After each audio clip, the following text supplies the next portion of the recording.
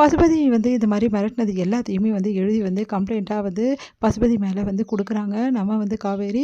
அதை வாங்கின போலீஸ் சரிம்மா நாங்கள் பார்த்துக்குறோம் அப்படின்னாங்க. சார் ப்ளீஸ் சார் ஆக்ஷன் எடுங்க சார் சீக்கிரமா அப்படின்னு சொல்லிட்டு காவேரி வெளியே வராங்க. காவேரி வந்து நடந்து வந்துட்டு இருக்கும்போது கரெக்டாக யாரோ வழி மறிக்கிறாங்க. பார்த்தா விஜய் வந்து நிற்கிறாரு. ஏய் காவேரி நான் தாண்டி அப்படின்றாரு. அதை பார்த்துட்டு வந்து விஜய் பார்த்துட்டு பார்க்காம வந்து காவேரி போகிறாங்க. உடனே விஜய் பின்னாடி ஓடி வராரு. வந்து கையை பிடிக்க என்ன காவேரி என்ன நினச்சிட்டு இருக்கோம் மனசில் நீ பாட்டு போயிட்டே இருக்க அப்படின்றாங்க. இப்போ உங்களுக்கு என்ன பேசணும் நான் உங்களுக்கு அப்படின்றாங்க. என்ன காவேரி இப்படிலாம் பேசிகிட்டு இருக்க உனக்கு என்னடி ஆச்சு அப்படி சொல்லிட்டு கேட்குறாரு. எனக்கு என்ன ஆகணும் அதான் நமக்குள்ளே எதுவும் இல்லை நான் சொல்லிட்டேன்ல அதுக்கப்புறம் எதுக்காக தொல்லை பண்ணுறீங்க என்ன காவேரி என்ன பேசிகிட்டு இருக்க நீ உன் அம்மாக்காக ஏதோ பேசுகிறேன்னு நினச்சா இப்போ இந்த மாதிரி பேசிகிட்டு இருக்க அப்படின்றாரு. அதை கேட்டுட்டு இங்கே பாருங்கள் என் அம்மாக்காக பேசுகிறனோ யாருக்காக பேசுகிறனோ உண்மையிலே நீங்களும் நானும் சேர முடியாதுங்க. இது நடக்கவே நடக்காது. அதனால் நீங்கள் கிளம்புறதா இங்கிறது நல்லது அப்படின்றாங்க.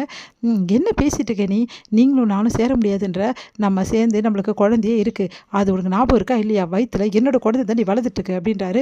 நீயும் நானும் புருஷன் பொண்டாட்டி நம்ம என்னமோ லவ்வர்ஸ் மாதிரியும் நம்ம இதுக்கப்புறம் பிரிஞ்சிடலாம் எல்லாரும் நம்மளை வந்து வேணாம்னு நினைக்கிறாங்க சேர வேணாம்னு நினைக்கிறாங்கன்ற மாதிரி சொல்லிட்டு போயிடுற. நம்ம ஒன்றும் லவ்வர்ஸ் கிடையாது. நம்மளுக்கு ஹஸ்பண்ட் ஒய்ஃப் நம்ம 2 பேரும் நம்மளுக்கு குழந்தையும் வந்தாச்சு. இதுக்கப்புறம் பீரியட்ஸுக்கு சான்ஸே கிடையாது. தேவையில்லாத பேச்செல்லாம் பேசியிருந்தா அப்புறம் அவ்வளோதான் காவேரி அப்படின்றாரு.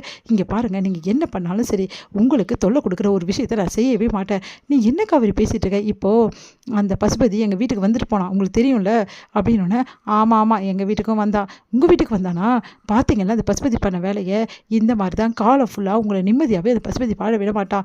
அதனால் அந்த பசுபதி தொல்லை உங்களுக்கு இருக்கக்கூடாதுன்னா உங்கள் கூட நான் இல்லாமல் இருக்கிறது தான் நல்லது அப்படின்னோடனே என்ன காவேரி பேசுகிற நீ பசுபதி யார் உனக்கு மட்டுமா எதிரி எனக்கும் தான் எதிரி எப்படிங்க உங்களுக்கு எதிரியானா என்னால் தானே உங்களுக்கு எதிரியானா இல்லைன்னா உங்களுக்கு எதிரி ஆயிருப்பானாவன் அப்படின்னோடனே நீ சொல்கிறதெல்லாம் கரெக்டு தான் காவேரி உன்னோட பிரச்சனை என்னோட பிரச்சனை கிடையாது. நீயும் நானும் வேறவா பொண்டாட்டி வேற புருஷன் வேறவா என்னைக்கு நம்ம 2 பேரும் புருஷன் பொண்டாட்டி இணைஞ்சோமோ அன்னைக்குமே உனக்கும் எனக்கும் ஒரே எதிரி தான் புரியுதா வேறலாம் வராது.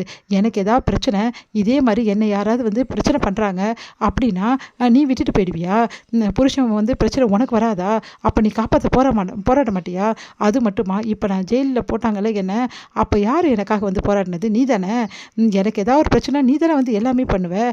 இப்போ என்ன புதுசாக வந்து போயிட்டே இருக்க அப்போ நானும் வந்து உனக்கு ஏதாவது பிரச்சனைனா விட்டுட்டு ஓடி போயிடணும் அப்படி தானே அப்படின்னு. இங்கே பாருங்கள் தேவையில்லாம் எதுக்கு விஜய் பேசுகிறீங்க இது நான் உங்கள் நல்லதுக்காக தான் சொல்கிறேன். தயவு செய்து இதுக்கப்புறம் என்னை தேடியும் வராதிங்க என் வாழ்க்கையிலையும் தலையிடாதீங்க. இதுக்கப்புறம் நம்ம பிரிஞ்சிருந்தா நல்லது. இங்கே பார் காவேரி நீ என்ன சொன்னாலும் அதை பற்றி எனக்கு கவலை கிடையாது. நம்ம 2 பேர் பிரிய முடியாது.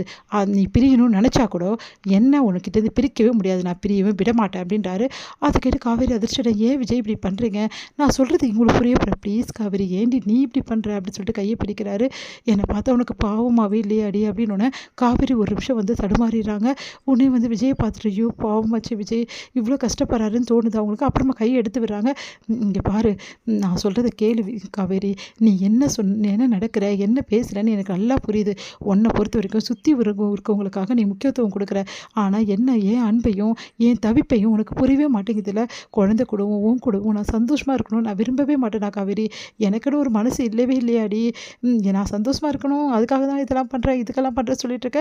என் சந்தோஷம் எதுன்னு உனக்கு தெரியாதா நீ தாண்டி என் சந்தோஷம் தயவு செய்து புரிஞ்சுக்கோ காவேரி அப்படின்னு சொல்லிட்டு அப்படியே கெஞ்சி நிற்கிற விஜயை பார்த்துட்டு காவேரிக்கு மனசே இல்லை. உடனே காவேரி வந்து இங்கே பாருங்கள் நான் சொல்கிறத கொஞ்சம் புரிஞ்சுக்கங்க நம்ம போய் சேர முடியாதுன்னா புரிஞ்சுக்குங்க.